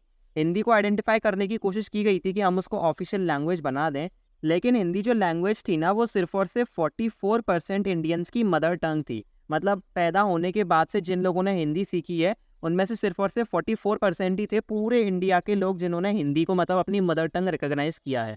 अब तुम पूछोगे बाकी लैंग्वेजेस फिर कौन सी हैं, तो देखो हर एक जगह पे अपनी अलग अलग लैंग्वेजेस हो जाती हैं। साउथ के अंदर तुम देखो तो देखो केरला में मलयाली चलती है और तमिलनाडु में तमिल चलती है, तेलुगु चलती है। तो हर एक रीजन की अपनी खुद की लोकल और रीजनल लैंग्वेज भी होती है। पंजाब में पंजाबी चलती है, गुजरात में गुजराती चलती है, बंगाल में बंगाली चलती है, उड़ीसा में उड़िया चलती है। तो मतलब ऐसी बहुत सारी लैंग्वेजेस बटी हुई हैं। तो इसी वजह से सिर्फ और सिर्फ 44% इंडियंस ही थे जिन्होंने रिकॉग्नाइज किया कि हिंदी को हम ऑफिशियल लैंग्वेज बना सकते हैं। लेकिन इसका मतलब ये तो नहीं है कि बाकी के सारे लोगों को हम मतलब हटा दें। ऑब्वियसली बात है 44% तो आधी मेजॉरिटी भी नहीं कंप्राइज कर रहा। तो इसी वजह से इस पॉलिसी को हमने नहीं अप्लाई किया, मतलब हिंदी को ऑफिशियल लैंग्वेज नहीं बनाया। अगर तुम सेंसस ऑफ इंडिया को देखोगे ऑब्वियसली 2011 वाला, उसमें ऑलमोस्ट हमें 121 मेजर लैंग्वेजेस देखने को मिलेंगी। अब तुम पूछोगे कि ये 121 कैसे हैं, हमारे पास तो यहाँ पर 1300 प्लस लैंग्वेजेस हैं। तो पता है ये 121 कहाँ से बनी है? इन्हीं 1300 लैंग्वेजेस में से कुछ लैंग्वेजेस को एक साथ ग्रुप करके हमारे पास 121 लैंग्वेजेस बन के आई हैं। अब तुम पूछोगे कि इसके एग्जाम्पल क्या है, तो देखो ऐसे रीजन्स जिधर मतलब थोड़े बहुत डायलेक्ट्स के डिफरेंस हुआ करते थे, मतलब बोली में थोड़ा डिफरेंस आता था। जैसे अगर तुम मध्य प्रदेश में एग्जाम्पल देखो तो वहाँ पर जनरली हिंदी बोली जाती है, लेकिन रीजन टू रीजन उसकी मतलब फॉर्म बदलती रहती है। कहीं पर कोई बुंदेलखंडी बोलता है, कहीं पर कोई छत्तीसगढ़ी बोलता है। अगर तुम बिहार की साइड जाओगे तो वहाँ पर भोजपुरी बोलते हैं। है वो हिंदी का ही एक वेरिएशन, लेकिन उसका डायलेक्ट थोड़ा बदला बदला सा है। तो ऐसी लैंग्वेजेस जिनके जो डायलेक्ट सेम थे, हमने उनको ऐसे एक साथ ग्रुप करके ऑलमोस्ट 121 लैंग्वेज हमको देखने को मिली। अब इसमें से ओनली 22 लैंग्वेजेस थी इंक्लूडिंग हिंदी, जिनको हमने 8 शेड्यूल में शेड्यूल्ड लैंग्वेजेस के नाम से इनको रिकॉग्निशन दे दिया। मतलब शेड्यूल्ड लैंग्वेजेस मतलब इनको कॉन्स्टिट्यूशन में जगह मिल गई, ये रिकॉग्नाइज हो गई और ये कहाँ की गई है? 8 शेड्यूल के अंदर कॉन्स्टिट्यूशन के। तो इसी वजह से हम देख सकते हैं कि लैंग्वेजेस का भी कितना यहाँ पर रोल है। तो ये ऑब्वियसली एक ही रीज़न है सब चीज़ का, वो है डाइवर्सिटी। बहुत ज़्यादा डाइवर्सिटी हमें देखने को मिलती है। इसी वजह से यहाँ पर कोई भी हमारी नेशनल या फिर ऑफिशियल लैंग्वेज अभी नहीं बनी थी, सिर्फ 2 ही हमको देखने को मिलती हैं। अब जो स्टेट्स होते हैं उनकी ऑफिशियल लैंग्वेज तो ऑब्वियसली बात है अलग है। अब इसका मतलब ये है कि देखो यहाँ पर हमने स्टेट्स को अगर पावर दे रहे हैं तो ऑब्वियसली बात है फेडरल पावर देनी पड़ेगी। तो जब स्टेट्स को एम्पावर कर रहे हो तो उन्हें फ्रीडम देनी पड़ेगी। इसी वजह से उनको फ्रीडम दी गई है कि वो अपनी ऑफिशियल लैंग्वेजेस बना सकते हैं अपनी मर्जी से। इसी वजह से बहुत सारे जो बेसिकली स्टेट्स हैं उन्होंने अपनी ऑफिशियल लैंग्वेज रखी हुई हुई है। जैसे अगर केरला में देखोगे तो वहाँ पर मलयाली जो लैंग्वेज है उसको ऑफिशियल लैंग्वेज मान के चला है। तो इसी वजह से देखो, अगर किसी सेंट्रल गवर्नमेंट को पूरा काम करना है तो वो 2 लैंग्वेजेस यूज़ करते हैं, एक तो हिंदी है और दूसरा इंग्लिश है। ये 2 ही लैंग्वेजेस हैं जिनके अंदर वो अपने ऑर्डर्स पास करते हैं। लेकिन अगर स्टेट गवर्नमेंट को कोई ऑर्डर पास करना है तो वो अपनी ऑफिशियल लैंग्वेज में पास करती है। अगर मध्य प्रदेश है तो वो हिंदी में देगी, और अगर लेट्स से मान लेते तमिलनाडु है तो वो तमिल लैंग्वेज में देगी, तेलुगु लैंग्वेज में देगी, जो भी उनको मतलब ऑफिशियल लैंग्वेज है। अब कॉन्स्टिट्यूशन के हिसाब से मतलब कॉन्स्टिट्यूशन मेकर्स ने बोला था कि अभी तो ये नहीं कर सकते, क्या पता आगे चल के हालात सुधर जाएं, तो उन्होंने बोला था कि 1965 में तुम इसको इंग्लिश को बंद कर देना, मतलब इंग्लिश को ऑफिशियल लैंग्वेज बनाना बंद कर देना, थोड़ी और लैंग्वेजेस को मतलब सपोर्ट करना। ऐसा होने वाला था, लेकिन लोगों ने इसका अपोज किया। किसने किया? तमिलनाडु से सबसे बड़ा ऑपोजिशन आया था। तमिलनाडु मतलब बेसिकली जो साउथ के स्टेट्स थे, उन्होंने बहुत बड़ा ऑपोजिशन दिखाया कि नहीं भाई, हमें हिंदी नहीं आती और हम ना ही हिंदी में काम कर पाएंगे। इंग्लिश ही इकलौता तरीका है जिसके ज़रिए हम मतलब पूरे इंडिया से कनेक्ट रह पा रहे हैं। तो ऑब्वियसली बात है, यहाँ पर इंग्लिश उनके लिए ज़रूरी थी। तो इसी वजह से इंग्लिश को हमने ऑफिशियल लैंग्वेज ही बना के रखा है। इसी वजह से सेंट्रल गवर्नमेंट में हमारे पास सिर्फ 2 ही ऑफिशियल लैंग्वेजेज हैं, एक तो हिंदी है और एक इंग्लिश है। अब ऑल इन ऑल हमारी सरकार तो यही चाहती थी कि इस इंग्लिश लैंग्वेज को हम हटा दें, क्योंकि ऑब्वियसली बात है फॉरेन लैंग्वेज है। वो चाहते थे हम अपनी रीजनल लैंग्वेज को ज़्यादा इनकरेज करें, पर ऐसा हो नहीं पाया। लेकिन आज भी गवर्नमेंट की ये कोशिश रहती है कि वो हिंदी को प्रमोट करे। अब इसका मतलब ये नहीं है कि वो इम्पोज कर रही है, ऐसा बिल्कुल नहीं है। वो सिर्फ कोशिश करती है कि लोगों में हिंदी के प्रति थोड़ी सी जागरूकता बढ़े, वो हिंदी को सीखें। अब देखो, एक बात आप खुद सोच के चलो कि अगर साउथ के लोग अगर इंग्लिश सीख सकते हैं तो ऑब्वियसली बात है हिंदी भी सीख सकते हैं। अब इसमें कोई दिक्कत नहीं है, English is a good language, क्योंकि वो आपको आगे चल के फ्रीडम देती है बहुत सारी कंट्रीज़ में जाने की। क्योंकि देखो, आपको नहीं पता कि कल आपको कहाँ कंट्री में जाना पड़ जाए, तो आपको एक इंग्लिश लैंग्वेज रहना ज़रूरी है, क्योंकि English is a global language. लेकिन स्टिल गवर्नमेंट चाहती है अपनी कंट्री को थोड़ा सा और यूनाइट करना, तो ये उनकी मर्जी है। बढ़ते हैं लास्ट पॉलिसी की तरफ, जो है centre state relation, which is one of the most important topics. ठीक है, अब देखो होता क्या था, आज़ादी के बेसिकली इंडिपेंडेंस के कुछ 40 साल बाद तक हमारे पास सिर्फ एक बहुत ही इंपॉर्टेंट प्रॉब्लम थी जो हमें देखने को मिल रही थी। बहुत समय से ऐसा हो रहा था कि जो पार्टी सेंटर पर रूल किया करती थी, मतलब जो पूरी कंट्री पर रूल किया करती थी, वो ज़्यादातर स्टेट्स पर भी रूल किया करती थी, मतलब ऑलमोस्ट सभी स्टेट्स पर रूल करती थी। सिर्फ एक आधा स्टेट्स ही ऐसा होता था जहाँ पर उनकी गवर्नमेंट नहीं बनती थी।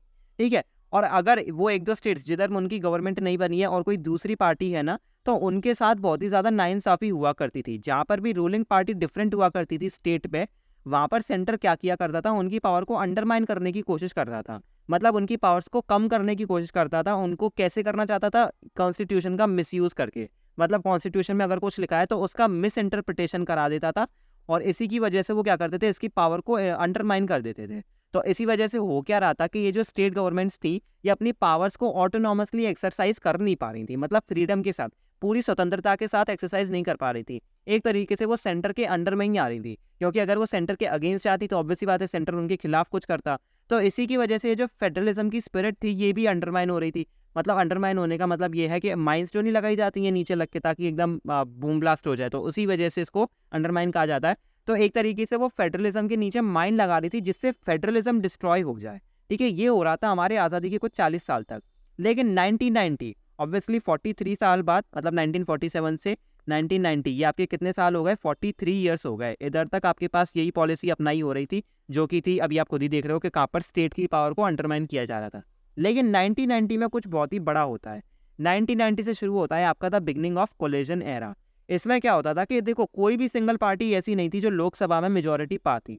मतलब कोई भी ऐसी आपको पार्टी देखने को नहीं मिलती थी उस समय जो मतलब लोकसभा में मेजोरिटी पाले 1990 के बाद ऑब्वियसली। तो इसी वजह से होता क्या था, जो मेजर नेशनल पार्टीज हुआ करती थी, नेशनल पार्टी होने का मतलब ये है कि जो पूरी कंट्री भर में अपनी मतलब सरकार बनाने के लिए कॉन्टेस्ट कर रही है इलेक्शंस को। तो जब मतलब कोई भी आपकी नेशनल पार्टी एक साथ मतलब मेजोरिटी नहीं बना रही थी, तो कुछ नेशनल पार्टीज ने सोचा कि चलो हम सब साथ में आके एक अलायंस बनाते हैं। ठीक है, जैसा आज भी आप देख सकते हो, आज भी अलायंस की सरकार है, मतलब एक कोलिजन गवर्नमेंट हमारे पास है जिसको हम कहते हैं एनडीए। एनडीए का मतलब होता है नेशनल डेमोक्रेटिक अलायंस। इसके अलावा हमारे पास है UPA, which is United progressive alliance. इसके अलावा हमारे पास है लेफ्ट फ्रंट। तो ये बेसिकली आपके पास 3 अलायंसेज हैं जिनके अंदर बहुत सारी पार्टीज आती हैं। आपकी एनडीए के अंदर आपको देखने को मिलती है बीजेपी, मतलब बीजेपी इसकी लीडर है। यूपीए की लीडर कौन है? यूपीए की लीडर है आईएनसी, मतलब इंडियन नेशनल कांग्रेस। तो ऐसे मतलब बहुत सारी ये जो मेजर पार्टीज थी, उन्होंने छोटी मोटी पार्टीज, मतलब कुछ नेशनल पार्टीज और कुछ रीजनल पार्टीज, मतलब जो सिर्फ स्टेट्स में इलेक्शन जीतते हैं, जिनको स्टेट गवर्नमेंट कंट्रोल करने का ही मन है, उनके साथ ऐसे एक साथ अलायंस बनाई और फिर सरकार बनाने की कोशिश करी। तो इस वजह से हमको एक नया कल्चर देखने को मिला जिसके अंदर बहुत सारी पार्टीज साथ में आके गवर्नमेंट कर रही थी। तो इससे होता क्या था कि जो पार्टीज छोटी मोटी हुआ करती थी ना, उनको भी पावर में आने का मौका मिलता था। तो यही हमारा एक ट्रेंड था जिसकी वजह से हमारे सेंटर स्टेट के रिलेशन सुधरने लगे, क्योंकि अब यहाँ पर सेंटर और स्टेट आपस में काम कर रहे थे, एक साथ मिलकर काम कर रहे हैं। अब ऐसा नहीं हो सकता कि सेंटर स्टेट की पावर को घटा दे। और इसको सपोर्ट कैसे किया गया? इस ट्रेंड को सपोर्ट करने के लिए हमारे सुप्रीम कोर्ट ने भी एक जजमेंट सुना दिया।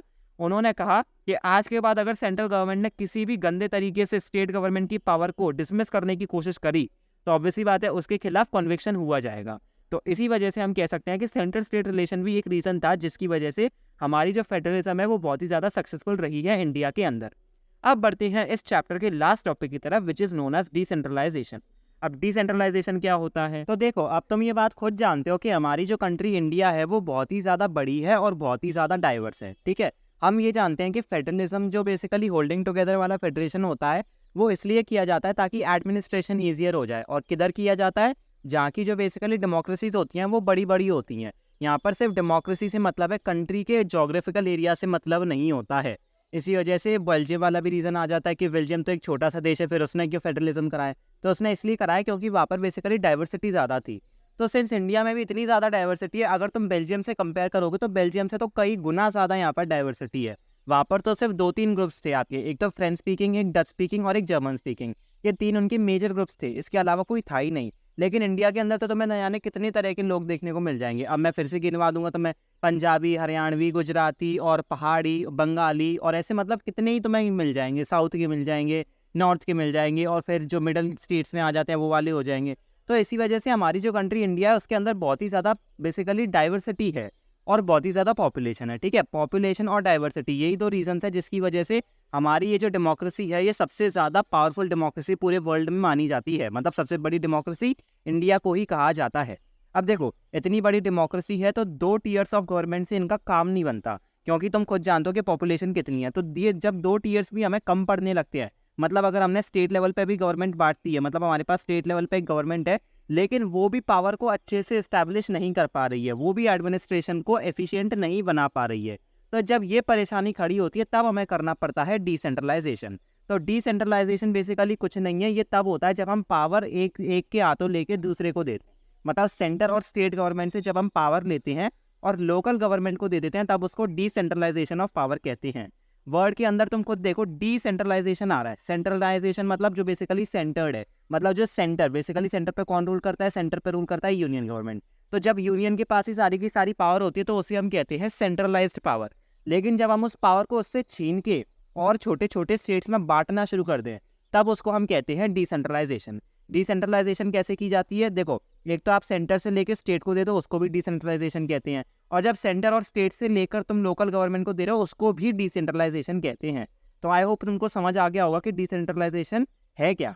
अब तुम ये पूछोगे कि फिर भी यार कोई तो रीज़न होगा ना, इसके अलावा भी क्या कोई रीज़न है? ये मतलब पॉपुलेशन और डाइवर्सिटी के अलावा कोई और रीज़न है?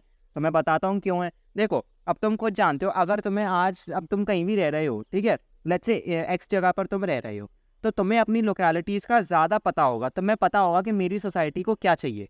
तुम्हें पता होगा कि मेरी सोसाइटी को शायद बेटर क्लीनिंग सर्विसेज चाहिए, मतलब ये जो गार्बेज होता है इसको साफ़ करवाना, या फिर तुम्हें बेटर हॉस्पिटल चाहिए, मतलब तुम्हारी जो बेसिकली सोसाइटी है उसमें थोड़ा डेवलपमेंट हो जाए।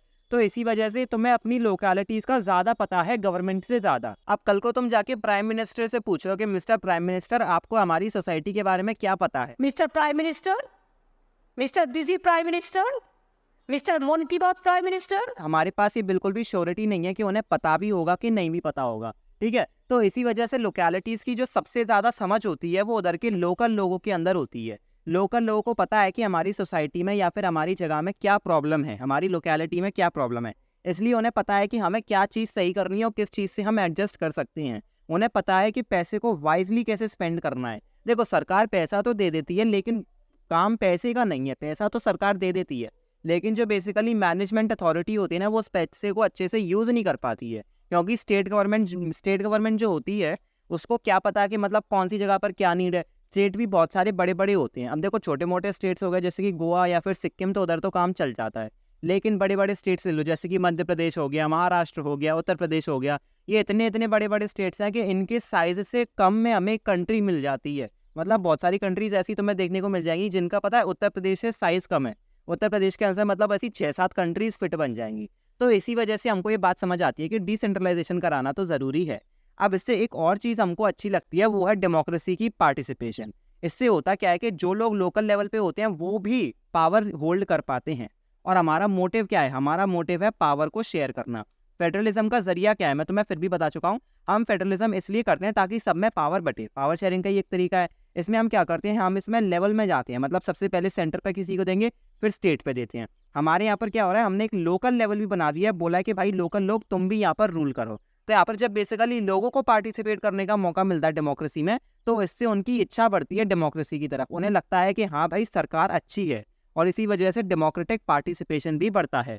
लोग आज लोकल गवर्नमेंट में आ रहे हैं तो क्या पता कल को वो स्टेट गवर्नमेंट जाएं, और जब स्टेट गवर्नमेंट में पहुंच जाएंगे तो क्या पता वो कल को सेंट्रल गवर्नमेंट में जाएं। ऐसे आप कई सारे एग्जांपल्स देख सकते हो जहां पर से स्टेट से सेंटर में गए हैं, मतलब लोकल से स्टेट में गए और स्टेट से सेंटर में गए। एग्जाम्पल के तौर पर जैसे कि अभी जो हमारे प्राइम मिनिस्टर है मिस्टर नरेंद्र मोदी, वो पहले गुजरात के सीएम थे, उन्होंने 15 साल वहाँ पर रूल किया, उसके बाद जाके वो आज प्राइम मिनिस्टर बन गए। तो ऐसे हमारे पास बेसिकली पावर शेयरिंग भी बनती जाती है। अब ये किया कैसे गया था, मतलब बेसिकली डिसेंट्रलाइजेशन को, ऐसा तो है नहीं कि आज हमारा मन किया और आज ही हो गया। तो ऑब्वियसली बात है अमेंडमेंट किया गया था। तो 1992 में हमारी जो बेसिकली सुप्रीम कोर्ट थी उसने कॉन्स्टिट्यूशन में एक अमेंडमेंट लाया। ऑब्वियसली पार्लियामेंट ने लाया था, लेकिन सुप्रीम कोर्ट ने उसको ऑथराइज किया था, जिसकी वजह से हमारी जो थर्ड टीयर ऑफ डेमोक्रेसी थी, थर्ड टीयर मतलब लोकल गवर्नमेंट जो थी। अब यहाँ पर देखो, अभी तक हमारे पास 2 टीयर्स हुआ करते थे। सबसे पहला था हमारा सेंटर, ठीक है, और दूसरे नंबर पे आपके पास था हमारा स्टेट। अब यहाँ पर हमारे पास थर्ड लेवल भी है, और वो थर्ड लेवल है आपका लोकल लेवल। तो यहाँ पर आपके पास 3 टीयर्स ऑफ गवर्नमेंट देखने को मिल रहे हैं। तो उन्होंने ऑब्वियसली बात है अमेंडमेंट किया। इस अमेंडमेंट के जरिए हमको क्या क्या चीज़ें मिली। सबसे पहली बात कि रेगुलर इलेक्शंस जो थे लोकल बॉडीज़ के अंदर, लोकल बॉडीज़ मतलब जैसे कि पंचायत वगैरह होती है ना, और आपके मतलब अगर आप सिटी में रह रहे हो तो वहाँ पर म्यूनिसिपल कॉर्पोरेशन होगा, म्यूनसिपैलिटीज़ होंगी, ये सारी की सारी आपकी बेसिकली गवर्नमेंट बॉडीज़ होती हैं लोकल वाली। तो इधर जो बेसिकली इलेक्शन है उसको रेगुलर कराने के लिए कोशिश की गई थी कॉन्स्टिट्यूशन के जरिए, ताकि रेगुलर हो जाए। क्योंकि कई कई जगह पर ये देखा जा रहा था कि बेसिकली जो इलेक्शंस है वो अच्छे से कंडक्ट कराए नहीं जा रहे थे। उसके अलावा सीट्स रिजर्वेशन भी यहाँ पर हुआ था, जैसे कि एचसीज, एसटीज और ओबीसीज। इसके अलावा वुमेन के लिए भी यहाँ पर आपके पास रिजर्वेशन है। तो वुमेन के लिए आपके पास अप्रॉक्सीमेटली 33% का रिजर्वेशन दिया गया था इन पंचायत, ठीक है, पॉइंट याद रखना, पंचायत में किया गया है। मतलब लोकल गवर्नमेंट बॉडीज में आपको इनको रिजर्वेशन मिला है, अर्बन लोकल गवर्नमेंट में नहीं मिला है, मतलब म्यूनसिपैलिटीज में नहीं मिला है। उसके अलावा जो स्टेट इलेक्शन कमीशन थी उनको भी एस्टैब्लिश किया गया था। अब तुम इतना तो जानते हो कि इलेक्शन कमीशन एस्टैब्लिश की जाती हैं जो पूरी कंट्री भर के लिए होती हैं, वो आपके इलेक्शंस को सुपरवाइज करती हैं।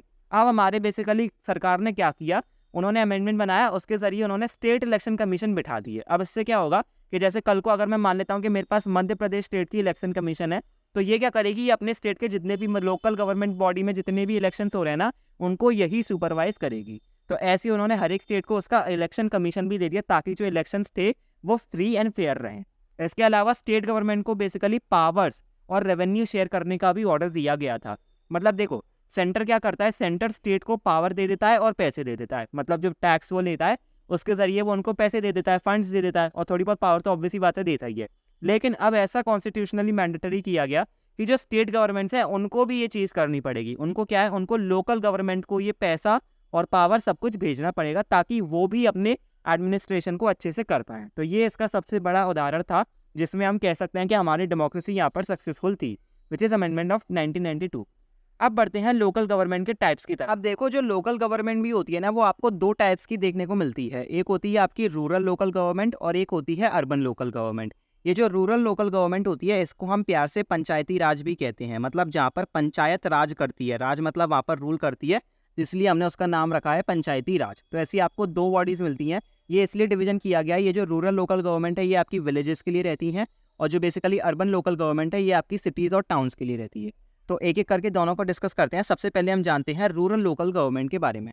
तो रूरल लोकल गवर्नमेंट में तुम्हें 3 लेवल्स पर गवर्नमेंट देखने को मिलती है। एक है जिला परिषद, देन है पंचायत समिति और ग्राम पंचायत। सबसे नीचे से उठते हैं, सबसे नीचे आती है ग्राम पंचायत, फिर ग्राम पंचायत के ऊपर आती है पंचायत समिति, और फिर पंचायत समिति के ऊपर आती है आपकी जिला परिषद। ये जिला परिषद आपके पूरे मतलब टाउन लेवल पर रहती है, जिला के लेवल पर, जिसको कि टाउन कहा जाता है। तो ये टाउन लेवल पे आपको देखने को मिलती है जिला परिषद। एक एक करके समझते हैं। शुरुआत करते हैं ग्राम पंचायत के साथ। ठीक है। तो ऐसा है कि हर अपनी गांव की मतलब हर एक विलेज की एक ग्राम पंचायत होती है। अब कुछ कुछ गांव बहुत ही ज़्यादा छोटे होते हैं, तो उसमें हम क्या करते हैं कि 4-5 छोटे छोटे गाँव को इकट्ठा करके उनकी एक ग्राम पंचायत बना देते हैं। जबकि हमारी जो बेसिकली बड़ी जहाँ पर गाँव हुआ करेंगे वहाँ पर हम उनको सिर्फ एक ही ग्राम पंचायत देंगे। तो हर एक गाँव का अपना एक ग्राम पंचायत होता है। ये एक डिसीजन मेकिंग बॉडी होती है जिसके अंदर आपके पास पंच होते हैं और सरपंच होते हैं। अब ये जो पंच होते हैं ये होते हैं इस वार्ड के मेंबर्स, मतलब यहाँ पर जितने भी रहते हैं पंच वर्ड से यहाँ पर आपके पास 5 वर्ड आ रहा है। तो ऐसे 5 आपको वार्ड मेंबर्स रहते हैं जो बेसिकली रूलिंग करते हैं। इनका फिर एक हेड होता है जिसको हम कहते हैं सरपंच, इनका एक प्रेसिडेंट होता है जिसको हम कहेंगे सरपंच। अब ये सारे के सारे जो होते हैं ना इलेक्टेड होते हैं। ऐसा नहीं है कि मतलब अगर वहाँ का कोई राजा है तो उसी को ही बना दिया, ऐसा बिल्कुल नहीं है। ये सारे के सारे इलेक्टेड होते हैं और हर साल इनको इलेक्शन भी कराया जाता है। तभी तो 1992 का अमेंडमेंट हुआ था। और ये इलेक्ट कौन करता है? ये वहाँ की एडल्ट पॉपुलेशन करती है, वही आपका यूनिवर्सल एडल्ट फ्रेंचाइजी। 18 साल से ऊपर के जितने भी उस गांव के अंदर लोग हैं वो सारे के सारे वोट करते हैं और अपने सरपंच और पंच लोगों को सिलेक्ट करते हैं। अभी जो पंचायत होती है ना ये ग्राम सभा के अंडर काम करती है। मतलब ऐसे समझो कि अगर जैसे एक ये हमारा गांव है, इसका मैंने नाम रख दिया वी, तो इसकी एक अपनी ग्राम पंचायत होगी तो इसका नाम है जीपी। अब इस ग्राम पंचायत का ग्राम पंचायत से ये मत समझना कि कोई जगह है। ये ग्राम पंचायत मतलब इसके अंदर सिर्फ आपके पंच आ रहे हैं और सरपंच आ रहा है, मतलब इसके जो मेंबर्स हैं उनको हम ग्राम पंचायत कहते हैं। जब ये सारे के सारे कई जगह पर मीट करते हैं तब वहाँ पर ये ग्राम सभा बिठाते हैं। तो ग्राम सभा इस सारी चीज़ों को देखती है। इस ग्राम सभा के अंदर कौन कौन आते हैं? इसके अंदर आपकी बेसिकली ग्राम पंचायत आती है और इतने जिसके भी इतने वोटर्स हैं ना सारे के सारे इसके अंदर आते हैं। तो जब वोटर्स और ग्राम पंचायत साथ में आते हैं तब वो ग्राम सभा बनाते हैं। इस ग्राम सभा के अंदर वो बेसिकली अपनी सारी मीटिंग्स करते हैं जिससे वो अपने सारे के सारे डिसीजंस लेते हैं कि इस साल का बजट क्या रखना है और या फिर हमें इस साल क्या डेवलपमेंट लाना है, क्या हमें करना चाहिए। ऐसे मतलब सारे के सारे लोग डिस्कस करते हैं बैठ के। अब नेक्स्ट लेवल पे हमको देखने को मिलती है ब्लॉक, जिसको कि मंडल कहा जाता है या फिर पंचायत समिति कह दो। अब कुछ ऐसी ग्राम पंचायत होती है ना बहुत सारे गाँव की, तो इन ग्राम पंचायत को एक साथ इकट्ठा करके एक पंचायत समिति बिठाई जाती है। ठीक है, मतलब जैसे मान लो कि मेरे पास 5 गाँव है, ठीक है, ए बी सी डी और ई, ऐसे मेरे पास 5 गाँव हैं और इन 5 की ग्राम पंचायत मेरे पास ऐसे एक एक करके है। अब देखो ऐसा है कि अगर ग्राम पंचायत ये वाली है तो इसके अगर मैं इसकी सारे के सारे इसके जो बेसिकली वोटर्स हैं, अगर इन वोटर्स को इसके साथ ऐड कर दूंगा तो ये टोटल मिलके क्या बनाते हैं? ये बनाएंगे ग्राम सभा। इतनी बात समझ आई? अब ये जब सारी की सारी बेसिकली ग्राम पंचायत हैं, यहाँ पर हम वोटर्स को नहीं देख रहे हैं, हम सिर्फ और सिर्फ ग्राम पंचायत को ले रहे हैं। जब ये सारी की सारी ग्राम पंचायत को एक साथ ग्रुप अप किया जाता है तब जाके ये बनाते हैं हमारे लिए पंचायत समिति या फिर ब्लॉक या फिर मंडल। मतलब इसके 3 नाम आपको देखने को मिलते हैं। तो बेसिकली जब सारे के सारे ग्राम पंचायत एक साथ इकट्ठे होते हैं तब उसको पंचायत समिति बनाते हैं और जब मेंबर्स और ग्राम पंचायत साथ में मिलते हैं तब उसको ग्राम सभा कहते हैं। डिफरेंस समझ के रखना।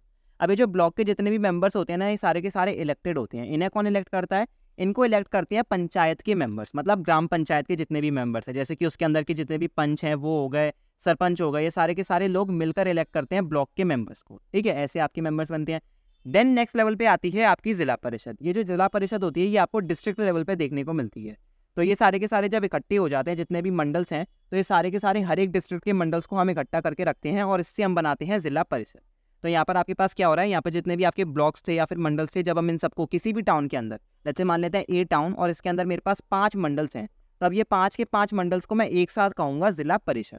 अब ये जो जिला परिषद होती है ना ये बहुत ही इंपॉर्टेंट बॉडी होती है, क्योंकि तुम्हें पता है इसके अंदर हमें बहुत से तो एमएलएस देखने को मिलते हैं। एमएलए समझ रहे हो? मतलब मेंबर ऑफ लेजिस्लेटिव असेंबली, जो बेसिकली मतलब पूरे स्टेट की बेसिकली जो विधानसभा होती है उसके अंदर जो मेंबर्स बैठते हैं उनमें से भी बहुत सारे आपको जिला परिषद में देखने को मिलते हैं। और उसके अलावा बहुत सारे डिस्ट्रिक्ट लेवल के ऑफिशियल्स भी देखने को मिलते हैं, जैसे कि आपका डिस्ट्रिक्ट कलेक्टर हो गया या फिर डिस्ट्रिक्ट मजिस्ट्रेट हो गया। मतलब जितने भी इंपॉर्टेंट लीडर्स होते हैं, ऑफिशियल्स होते हैं, वो भी इस जिला परिषद में बैठते हैं।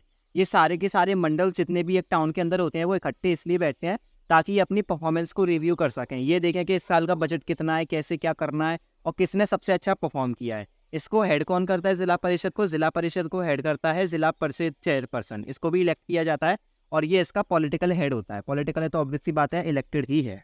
अब बढ़ते हैं अर्बन लोकल गवर्नमेंट की तरफ। इसमें आपको ज़्यादा इजी पड़ेगा क्योंकि देखो रूरल लोकल गवर्नमेंट में अपने को ज़्यादा गवर्नेंस बिठानी पड़ती है, क्योंकि देखो जो हमारे रूरल एरियाज़ होते हैं ना वो होते हैं गाँव वाले इलाके। अब जनरली इन एरियाज़ में होता क्या है कि डेवलपमेंट और एजुकेशन की बहुत कमी रहती है। इसी वजह से यहाँ पर जो गवर्नेंस है वो थोड़ी सी मुश्किल पड़ती है। इसी वजह से आपने देखा है कि यहाँ पर हमें अंदर भी डिवीजन करना पड़ता है। मतलब देख रहे हो, सबसे पहले हमारे पास सेंटर था, ठीक है, सेंटर से हमने स्टेट पे पावर डिराइव करी, स्टेट से फिर हमने लोकल लेवल पे कराई। लोकल लेवल में भी हमारे पास देखो पहले जिला परिषद आई, मैं अभी विलेज लेवल की बात कर रहा हूँ। जिला परिषद आई, जिला परिषद के बाद हमारे पास मंडल आता है, ठीक है, और मंडल के नीचे हमारे पास आती है ग्राम सभा या फिर ये कह लें ग्राम पंचायत। तो मतलब इसके अंदर भी हमें बहुत ज़्यादा डिवीजन बिठाना पड़ता है, लेकिन अर्बन लोकल गवर्नमेंट में ऐसा नहीं है। यहाँ पर हम साइज़ के हिसाब से काम करते हैं। देखो, जो बेसिकली हमारी सिटीज़ होती हैं, जो बड़ी बड़ी होती हैं, उन्हें हम कहते हैं म्युनिसिपल कॉरपोरेशन। मतलब बिग सिटीज़ में जो गवर्नमेंट्स बिठाई जाती है, मतलब जो लोकल गवर्नमेंट होती है, उसका नाम होता है म्युनिसिपल कॉरपोरेशन। और वहीं जो छोटे मोटे टाउन होते हैं, उधर हम कहते हैं म्युनिसिपालिटी, ठीक है। तो अगर साइज़ में आपके पास छोटा सा एरिया है, मतलब छोटी सी सिटी है जिसको बेसिकली टाउन कहा जाता है, तो वो हो जाएगी आपकी म्युनिसिपालिटी। और अगर आपके पास जो सिटी है वो बहुत बड़ी है, जैसे कि मेट्रो सिटीज़ हो गई, मुंबई होगी, कलकत्ता हो गया, दिल्ली हो गई, ये सारी की सारी आपकी बिग सिटीज़ होती हैं, तो यहाँ पर आपको म्युनिसिपल कॉरपोरेशन देखने को मिलेगी। म्युनिसिपैलिटीज़ के जो लीडर होते हैं उनको म्युनिसिपल चेयरपर्सन कहा जाता है, और जो बिग सिटीज़ में म्युनिसिपल कॉरपोरेशन होती हैं उधर उनका जो हेड होता है वो होता है मेयर। तो छोटे टाउन में आपके पास म्युनिसिपल चेयरपर्सन है और बड़े टाउन्स के अंदर आपके पास मेयर है। अब ये जो बेसिकली गवर्नमेंट्स है, ये भी ऑब्वियसली बात है पीपल्स के रिप्रेजेंटेटिव से ही कंट्रोल होती है। मतलब लोग जो होते हैं वहाँ की सिटीज़ के, वो इलेक्ट करते हैं अपने लीडर को। तो अपने जो बेसिकली लोकल एरियाज़ में आपको लगता है कि ये हमारी मदद करेगा, तो हम उसको इलेक्ट करते हैं। फिर वो जाके लोकल गवर्नमेंट में हिस्सा लेता है, फिर उसके बाद वो आगे भी बढ़ सकता है, जैसा कि मैंने बताया, इससे आपकी बेसिकली पावर शेयरिंग बढ़ती है। अब कुछ मेरिट्स डिस्कस कर लेते हैं डिसेंट्रलाइजेशन के, मतलब हमें क्या क्या फ़ायदे देखने को मिले हैं। इसमें सबसे पहला फ़ायदा तो ये है कि जो पार्टिसिपेशन है वो बहुत ज़्यादा हमको देखने को मिला है। पार्टिसिपेशन जो है वो बहुत ही ज़्यादा बढ़ गया है। मतलब ऑलमोस्ट 36 लाख आपके पास इलेक्टेड रिप्रेजेंटेटिव्स हो गए हैं पूरी कंट्री के अंदर, जो रूरल लोकल गवर्नमेंट में ही पार्ट लेते हैं। मतलब सिर्फ और सिर्फ रूरल लोकल गवर्नमेंट के अंदर ही हमारे पास 36 लाख हैं। फिर तो बाकी की जो अर्बन हो गई उनके अंदर तो न जाने कितने होंगे। तो बेसिकली ये दिखाता है कि ये लोकल गवर्नमेंट की वजह से हमारी जो बेसिकली पावर शेयरिंग में सबका जो हैंड है, जिनका इतना मतलब मकसद होता है कि हर किसी को हम पावर भी कंट्रोल कर पाएँ, तो वो भी हमारा रूल इस्टेब्लिश हो जाता है। और इसी की वजह से हमारी जो डेमोक्रेसी है वो पावरफुल और डीपन हो जाती है, कंट्री के अंदर और घुसती है। देखो, अगर आपको किसी भी चीज़ में डीप पाना है, तो ऑब्वियसली बात है आपको उसके बॉटम लेवल्स को छूना पड़ेगा। तो यहाँ पर भी सेम हुआ है, हमने लोकल लेवल्स तक जाके अपनी गवर्नमेंट को बिठा दिया है, जिसकी वजह से डेमोक्रेसी यहाँ तक भी पहुँच गई है। तो इसी वजह से हमारी डेमोक्रेसी भी बहुत ही ज़्यादा डीपन हो गई है। इसके अलावा विमेन पार्टिसिपेशन भी आपको बहुत ज़्यादा देखने को मिलता है। देखो, क्योंकि कॉन्स्टिट्यूशन में ऑलरेडी अमेंडमेंट हो चुका है 1990 में, जैसा कि मैंने बताया कि वहाँ पर 33% जो सीट्स हैं वो विमेन के लिए रिजर्व्ड हैं। तो इसी वजह से हमारी जो बेसिकली विमेन पार्टिसिपेशन है गवर्नमेंट के अंदर, वो भी बढ़ गई है। और अभी रिसेंटली हमारी लोकसभा ने भी एक विमेन रिजर्वेशन बिल पास किया है, जिसके अंदर उन्होंने लोकसभा के अंदर भी विमेन को पावर दिला दी है। मतलब ये समझ लो, ये जो विमेन रिजर्वेशन बिल है ना, ये बहुत सालों से चलता आ रहा है और अब जाके ये कहीं पास हुआ है। तो इसी वजह से विमेन पार्टिसिपेशन आप देख रहे हो पूरी गवर्नमेंट में भी बढ़ी है। अब इसके अलावा कुछ डिसेंट्रलाइजेशन के हमारे पास ड्रॉबैक्स भी होते हैं। जो ग्राम सभाज होती है ना, वो ज़्यादातर रेगुलरली इलेक्ट नहीं की जाती हैं। मतलब देखो, ग्राम पंचायत का काम होता है कि वो अपना काम करे, ठीक है, लेकिन ग्राम पंचायत काम कहाँ करेगी? ग्राम सभा के अंदर ही तो करेगी। ग्राम सभा के अंदर जाएगी, अपनी बेसिकली सारी चीज़ें बताएगी, बजट बताएगी, परफॉर्मेंस बताएगी, रिव्यू करेगी, सारे काम तो वो ग्राम सभा के अंदर होगी। लेकिन अक्सर ऐसा देखा गया है कि ग्राम सभा लोग कंडक्ट ही नहीं कराते। मतलब ग्राम सभा नहीं बिठाएंगे, वो अपनी मर्जी से ही, जैसे ग्राम पंचायत के लोग हैं, उन्होंने कहीं भी अपना डिसीजन सुना दिया और वही काम ऐसे चलता रहता है। मतलब एक प्रॉपर जो ग्राम सभा बैठनी चाहिए वो नहीं बैठा रहे हैं, तो ये एक इसका ड्रॉबैक है। उसके अलावा ट्रांसफर नहीं हो पाया है पावर और रिसोर्सेज का। मतलब जो बेसिकली आपकी स्टेट गवर्नमेंट्स हैं, उन्होंने अभी भी पावर नहीं दी है, ना ही रिसोर्सेज दिए हैं लोकल गवर्नमेंट को, ताकि वो अपनी गवर्नेंस अच्छे से कर पाएँ। तो ये भी एक ड्रॉबैक है। हालांकि सरकार की कोशिश पूरी है कि वो दें, पर अभी भी यार सिंस ऐसा तो है नहीं है कि हमने कुछ बोला तो वो हाल ही हो जाएगा। ऑब्वियसली बात है, आइडियल चीज़ें डेमोक्रेसी में चलती नहीं है, हमें रियल लाइफ में ही देखना पड़ेगा। और इसी के साथ हमारा ये चैप्टर यहाँ पर खत्म होता है। जैसा कि मैंने कहा था, फेडरलिज्म छोटा सा चैप्टर है, ज़्यादा कुछ है नहीं है। पिछले चैप्टर था आपका पावर शेयरिंग का जो बेसिकली फेडरलिज्म, जो फेडरल तरीका था, उसी को ही आपको यहाँ पर डिटेल में डिस्कस करके बताया गया है। सो आई थैंक यू अलॉट कि आपने इस पूरे लेक्चर को देखा। मेरी तरफ से चैप्टर खत्म हो चुका है। अभी आपकी तरफ से क्या करना रह गया है, आपको इस वीडियो को लाइक करना है, शेयर करना है और चैनल को सब्सक्राइब करना है, ताकि आगे आने वाले लेक्चर्स पे भी आप पढ़ सको। Next chapter gender, religion and caste जल्द आएगा। तब तक के लिए मैं हूँ Aditya Tomar, signing off. Happy learning. What?